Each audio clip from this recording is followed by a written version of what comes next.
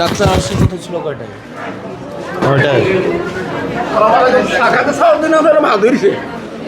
শাখাতে দেওয়ার জন্য গেলি ডাক্তার কয়টায় আসার কথা ছিল? ঢাকা 8টা আসে, 9টা আর 8:30 আসে।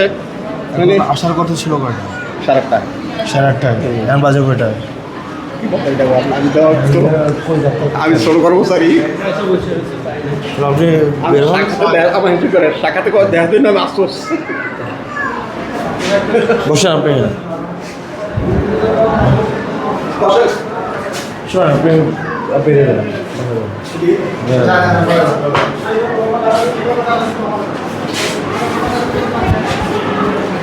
বাজে কয়টা এখন?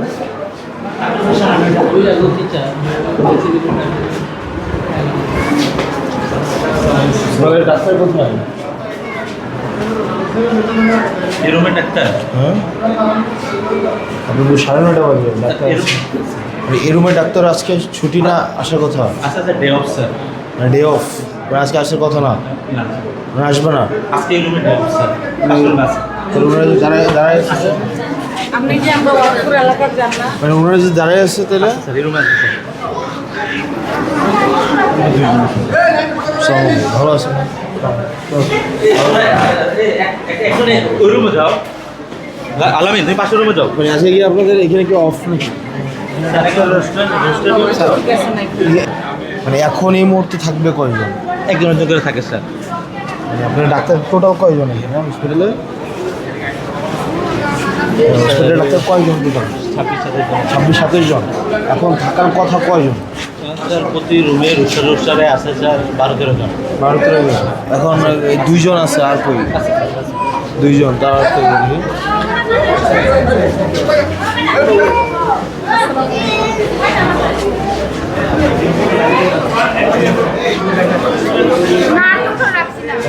একজন নেই।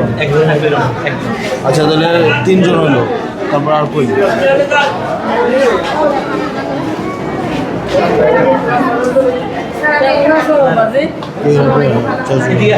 ভালো আছে। এই রুম আছে। উনি কি ডাক্তার?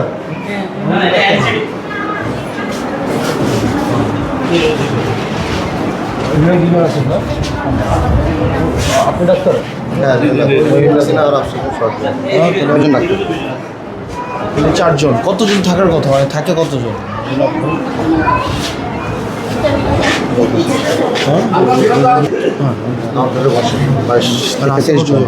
তার মধ্যে কিছু থাকে ইমার্জেন্সি ডিউটি থাকে, যাদের তাদের অফ থাকে আজকে। আজকে কালকে যারা নাইট করছে তার আজকে দেহ, আর আজকে যে 3 জন ডিউটি ইমার্জেন্সি থাকবে 4 জন, এই 5 জনের ছুটি আজকে। আর বাকিরা বলেন। মূলত আপনি হচ্ছেন না এখানে অ্যাকাউন্টেবল। এখানে আপনার কোনো অফিসার, খুবই কম, মানে রেয়ার ছাড়া আপনার ঠিক টাইমে নেই। আমাকে যখন মানুষ বলে আমি যেগুলো ডিফেন্ড করি ডাক্তারদের পক্ষ হয়ে, মুখটাই তো নাই আমার। আপনি দেখতেন কত বৃষ্টি দেখতে দেখা যায়। ডাক্তাররা 9:55, শরীফুদ্দিন আহমেদ আসছে 7:49, 1:42 পর্যন্ত গতকাল ছিল। 8:35, 9:58, 8:29, 8:27, 9:28, 8:59, 9:01।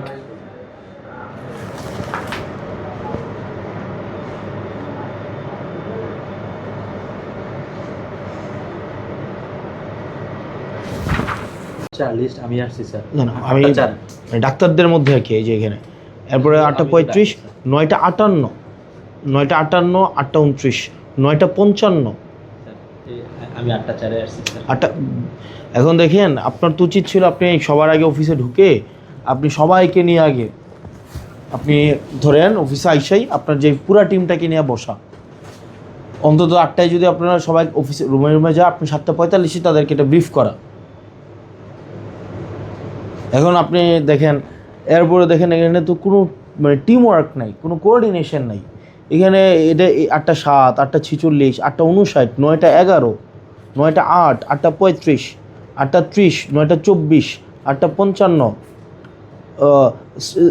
ধরেন নার্সগুলো যতজন আছে 8টা 30, 9টা 24, 8টা 55, 8টা 33, 9টা 20, 9টা মানে সবচেয়ে আর্লিয়েস্ট যিনি 8টা 26, 9টা 16, 8টা 41।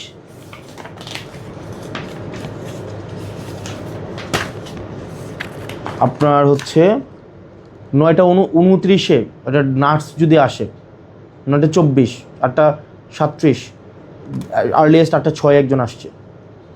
তারপর হচ্ছে UHUM মানে কি, ও আচ্ছা সরি গরিব, আচ্ছা 8টা 41, 9টা 13, 8টা 59।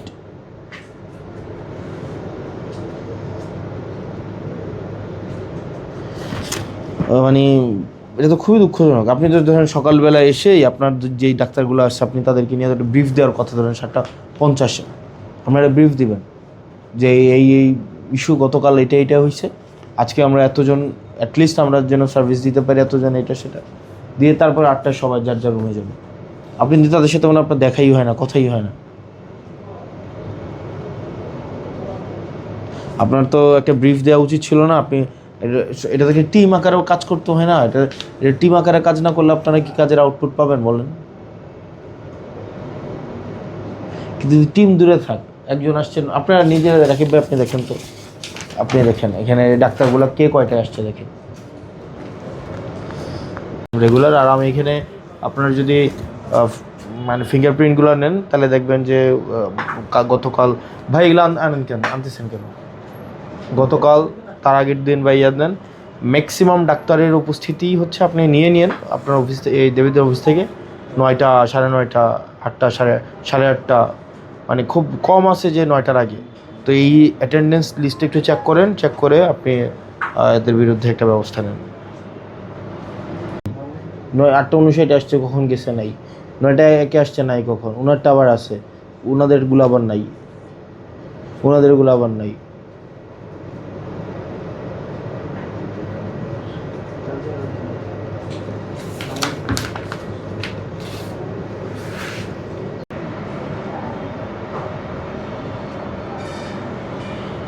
অধিকাংশ ডাক্তার আউট টাইমটা দেওয়া যায় না কেন?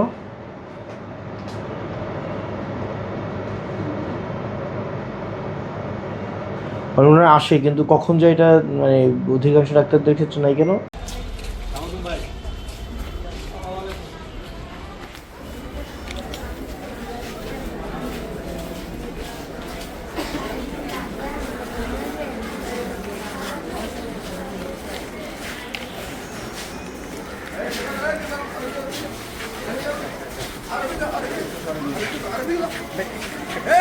বাইরে বাইরে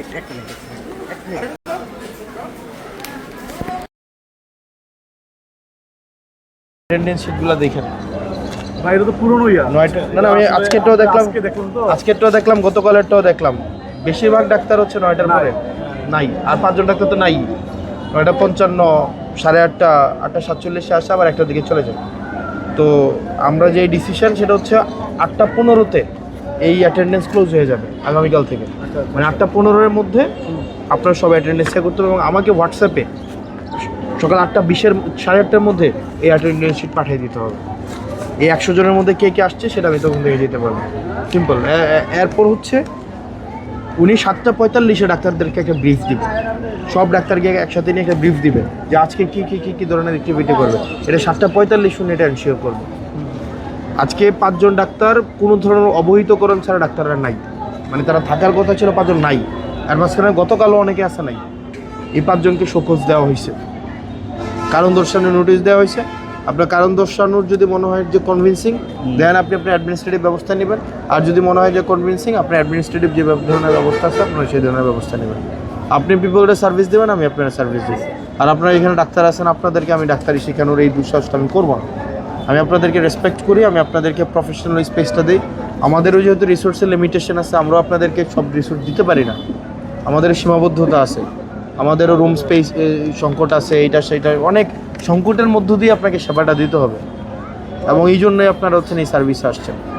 আমরা আপনাদেরকে বেশি সম্মান দিতে পারবো। তো আপনারা আপনাদের জায়গা থেকে কোঅপারেট করেন, আমরা আপনাদের জায়গা থেকে কোঅপারেট করব।